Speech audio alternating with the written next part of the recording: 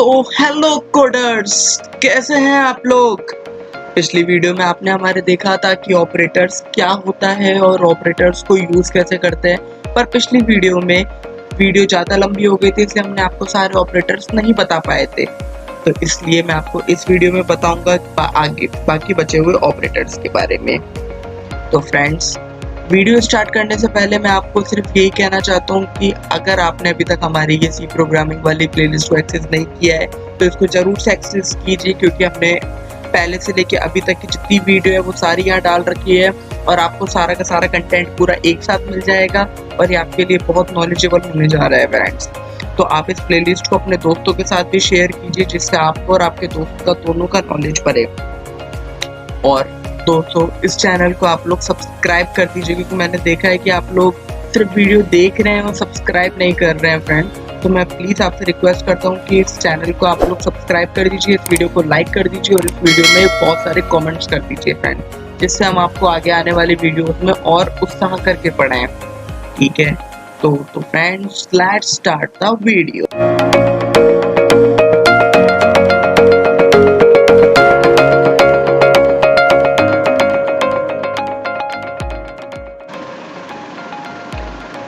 तो हम आ चुके हैं अपने विजुअल स्टूडियो कोड में और यहाँ पे आके ही हम सबसे पहले अपने लिए एक नई फाइल बना लेते हैं और जिसका नाम हम रखते हैं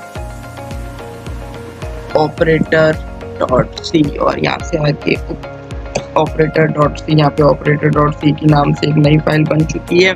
तो अब आपको ऑपरेटर्स के बारे में पिछली वीडियो में हम पता चल ही गया होगा कि कौन कौन से ऑपरेटर्स होते हैं। अब आगे वाले दो ऑपरेटर्स के बारे में मैं आपको और बता रहा हूँ, जिसमें पहला नाम है friends logical operator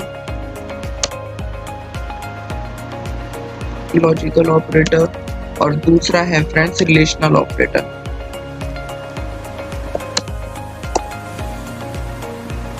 relational operators मैं इनको कमेंट कर देता हूँ और एक एक करके आपको इनके बारे में बताता हूँ कि क्या होते हैं। ये सबसे पहले बात करते हैं लॉजिकल ऑपरेटर की। लॉजिकल ऑपरेटर क्या होता है? तो लॉजिकल ऑपरेटर कुछ नहीं होता फ्रेंड्स। लॉजिकल ऑपरेटर सिर्फ लॉजिकल ऑपरेशंस परफॉर्म करने के काम आता है। अगर आप में से जितने भी लोग हैं वो किसी टेक्निकल फील्ड से आते हो, जिसने कभी भी पहले थोड़ी सी भी कोडिंग की होगी, तो वो समझ सकते हैं फ्रेंड्स कि लॉजिकल ऑपरेशंस क्या क्या चीज़ होती है। जैसे एंड और उसी टाइप के हमारे लॉजिकल ऑपरेटर्स होते हैं। तो लॉजिकल ऑपरेटर्स मैं आपको यहाँ पे एक एक करके बता देता हूँ। यहाँ पे पहला होता है लॉजिकल ऑपरेटर एंड ऑपरेटर। मैं आपको दूसरा बताता हूँ, दूसरा होता है और ऑपरेटर, और तीसरा मैं बताता हूँ आपको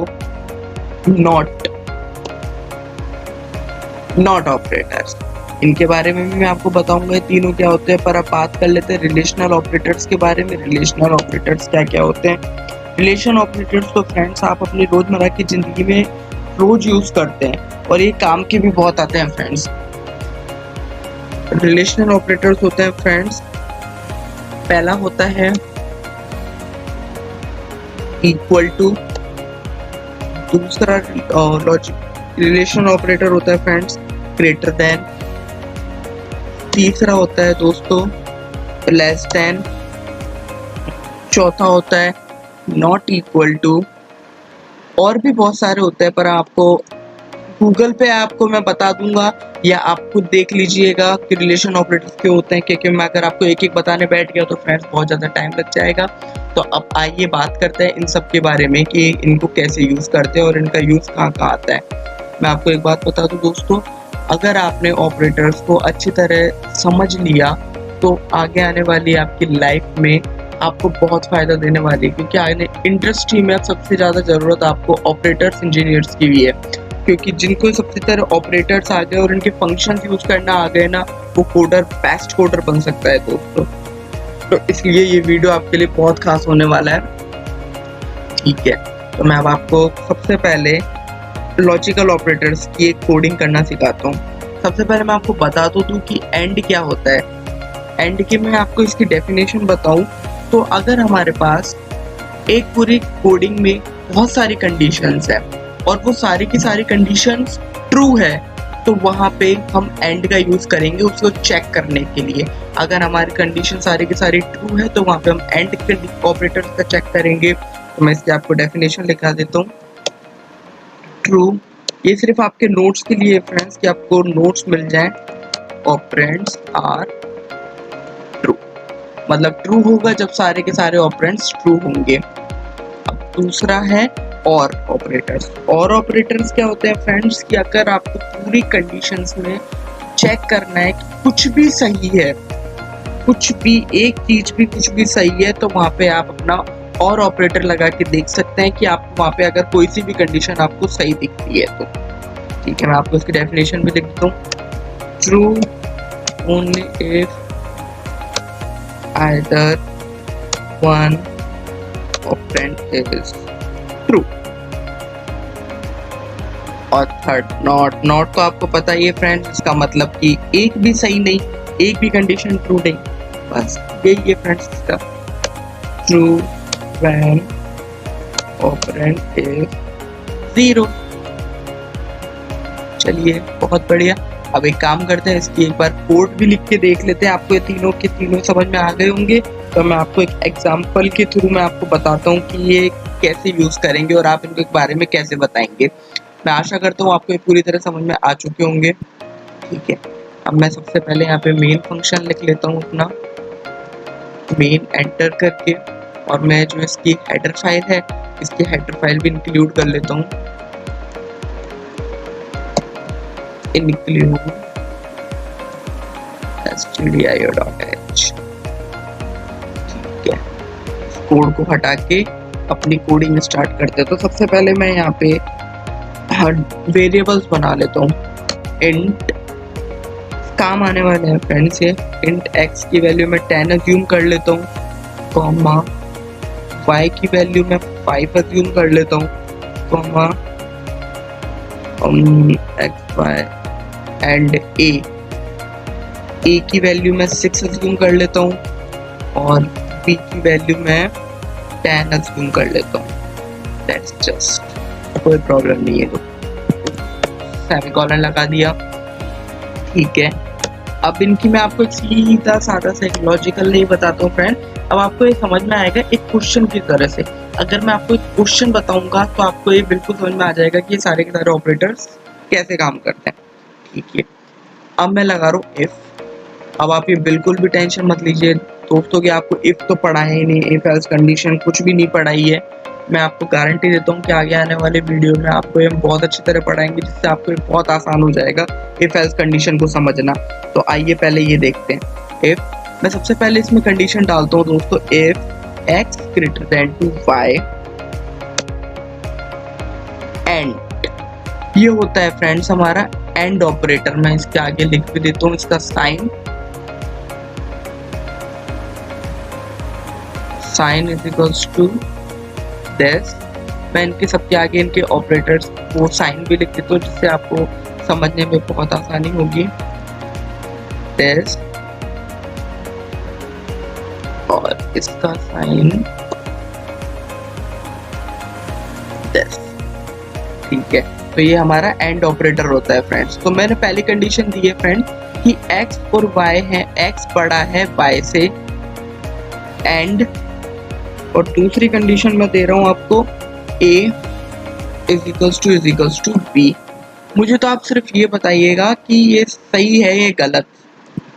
मैं एक इसकी प्रिंट स्टेटमेंट डाल देता हूँ।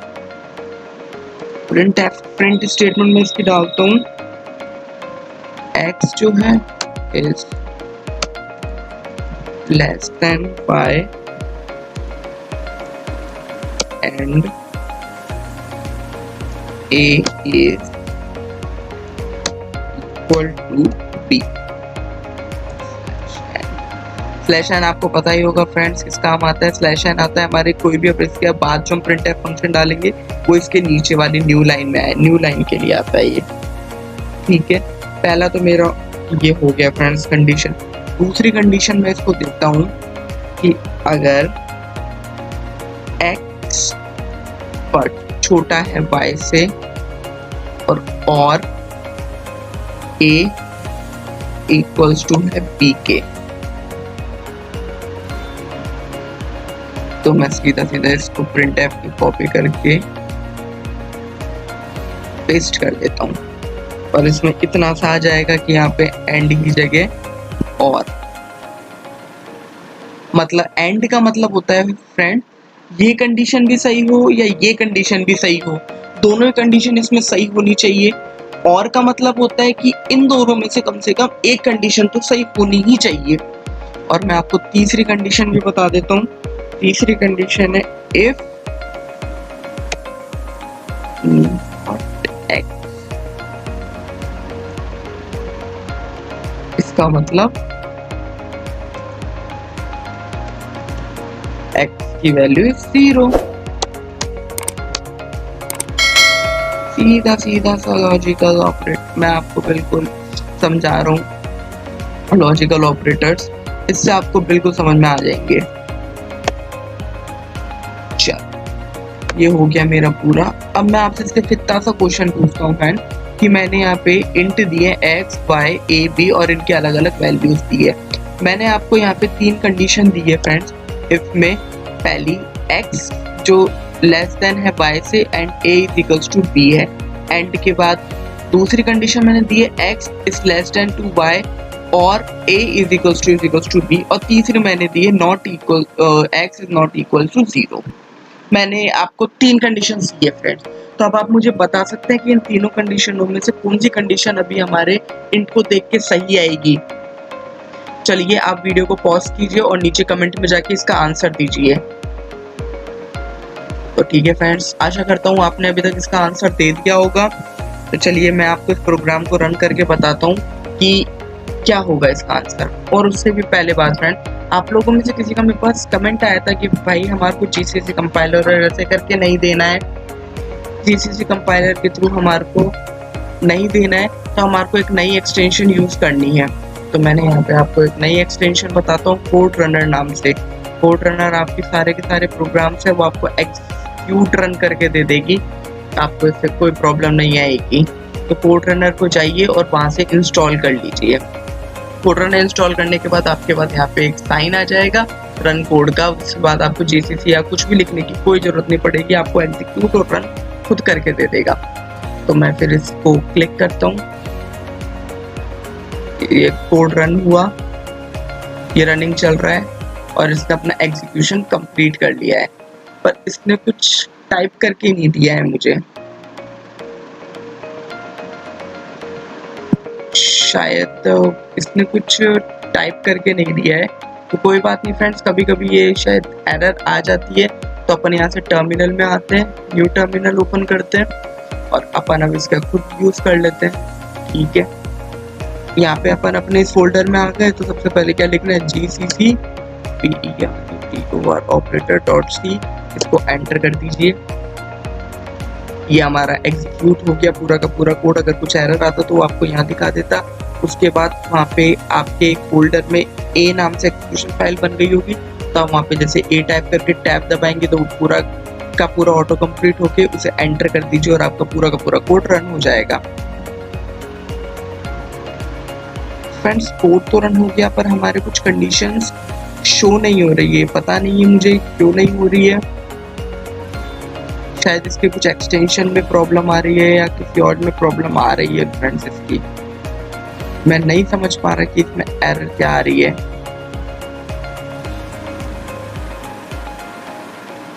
मैं एक बार इसको दोबारा रीरन करके कोशिश करता हूँ कि ये सही हो जाए। इसका टर्मिनल नहीं फ्रेंड्स, ये कुछ ना कुछ एरर आ रही है। मैं आपको इसके बाद में इसको ठीक करके बताऊंगा, क्योंकि मेरे लिए अभी आपके लिए वीडियो ठीक करना जरूरी है। ठीक है, तो अब आगे बात करते हैं रिलेशन ऑपरेटर्स क्या होता है। रिलेशनल ऑपरेटर्स दोस्तों, रिलेशनल ऑपरेटर्स अब समझाने के लिए वही मैं आपको एक क्वेश्चन दे के समझाऊंगा और ये तो आपको समझ में आ ही गया होगा कि x इक्वल y इक्वल क्या होता है और उसको कैसे यूज करते हैं। तो आपको सबको पता ही है। इक्वल टू यूज आता है किसी भी दो वेरिएबल्स को इक्वल करने के लिए। ये लेस देन इक्वेशन, ये ग्रेटर देन और ये नॉट इक्वल टू के लिए। ठीक है, तो मैं आपको इसके लिए एक फंक्शन को देता हूँ। मैं एक काम करता हूँ, इसको पूरे को मैं कॉपी कर लेता हूँ या फिर मैं आपको इसी कोड में सिखा देता हूँ, ये ज़्यादा सही रहेगा। अब सिर्फ मुझे x और y की नीड है, इसलिए मैं बाकी सबको डिलीट कर देता हूँ।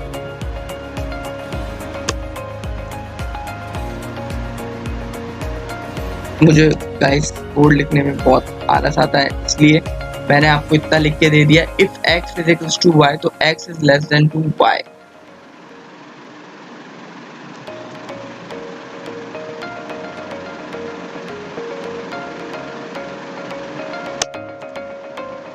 दूसरा ये आ गया फ्रेंड्स, पहले कंडीशन थी हमारी कि x छोटा है y से, दूसरी मेरी कंडीशन है कि x बड़ा है y से, तीसरा मैं तीसरी कंडीशन में देता हूँ